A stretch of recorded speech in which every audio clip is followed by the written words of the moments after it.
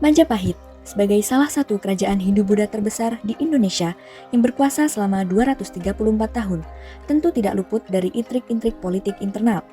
Bahkan, strategi politik yang berujung pertumpahan darah sudah mewarnai sejarah Majapahit dari awal kerajaan ini terbentuk.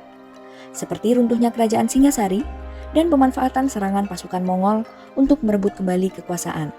Tapi siapa sangka, seluruh rangkaian kekacauan dalam sejarah awal kerajaan Majapahit adalah bagian dari pertunjukan yang didalangi oleh seorang penasihat kerajaan demi membalas dendam dan menggapai kekuasaan yang lebih tinggi.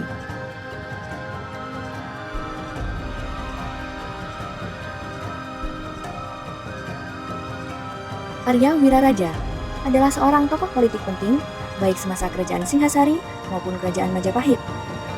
Arya Wiraraja awalnya merupakan tokoh muda cemerlang yang pada usia 30-an sudah menjadi patih kerajaan Singhasari, tokoh penting sesudah raja.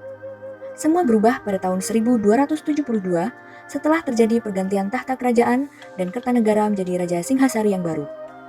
Kertanegara merupakan raja yang otoriter, terus berambisi untuk memperbesar wilayah kekuasaan kerajaan dan menyingkirkan siapapun yang menghalangi ambisinya tersebut, termasuk Arya Wiraraja, yang menentang politik tersebut karena mempertimbangkan resiko dan situasi kerajaan, akhirnya dimutasikan oleh Kertanegara ke Sumenep.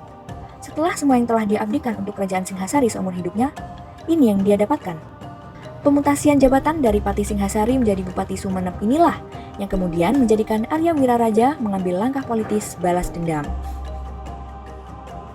Dengan kecerdikan dan intelnya yang luas terhadap situasi politik di Nusantara dan bahkan mancanegara, Arya Wiraraja mempersiapkan strategi-strategi politik licik yang akan membawanya menuju kesuksesan. Meruntuhkan Singhasari, membangun kerajaan Majapahit, dan meraup keuntungan. Semua dilakukannya dengan politik nabok nyilih tangan, menghancurkan lawan tanpa mengotori tangannya sendiri.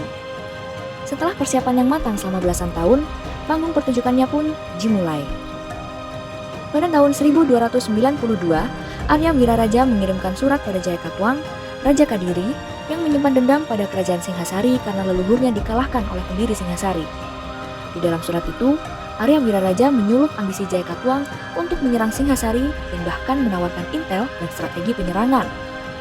Berhasil dihasut oleh Arya Wiraraja, Jayakatwang mengirim pasukan untuk menyerbu Singhasari dari utara. Mendengar kabar itu, Kertanegara mengerahkan pasukan besar yang dipimpin oleh menantunya Dyah Wijaya. Pasukan Dyah Wijaya berhasil menaklukkan pasukan yang menyerang dari utara, tapi rupanya pasukan itu hanya merupakan pengecoh belaka. Mengetahui kota Singhasari benar-benar kosong, Jayakatwang mengirim pasukan kedua dari arah selatan untuk menyerang Singhasari. Serangan tak terduga ini berhasil membunuh Kertanegara dan meruntuhkan kerajaan Singhasari. Dan tentu saja, Arya Wiraraja tidak turun tangan langsung dalam penyerangan, sehingga seolah-olah dia tidak terlibat dalam penyerangan ini. Arya Wiraraja justru memberikan tempat perlindungan bagi Dyah Wijaya dan sebagian pasukannya yang berhasil lolos di Sumenep. Pendekatan Arya Wiraraja pada Dyah Wijaya ini merupakan langkah pertama untuk memulai babak selanjutnya dalam panggung pertunjukan politik balas dendamnya. Nantikan babak kedua dalam episode selanjutnya di YouTube channel kami. Jangan lupa berikan dukungan dengan like, share, dan subscribe.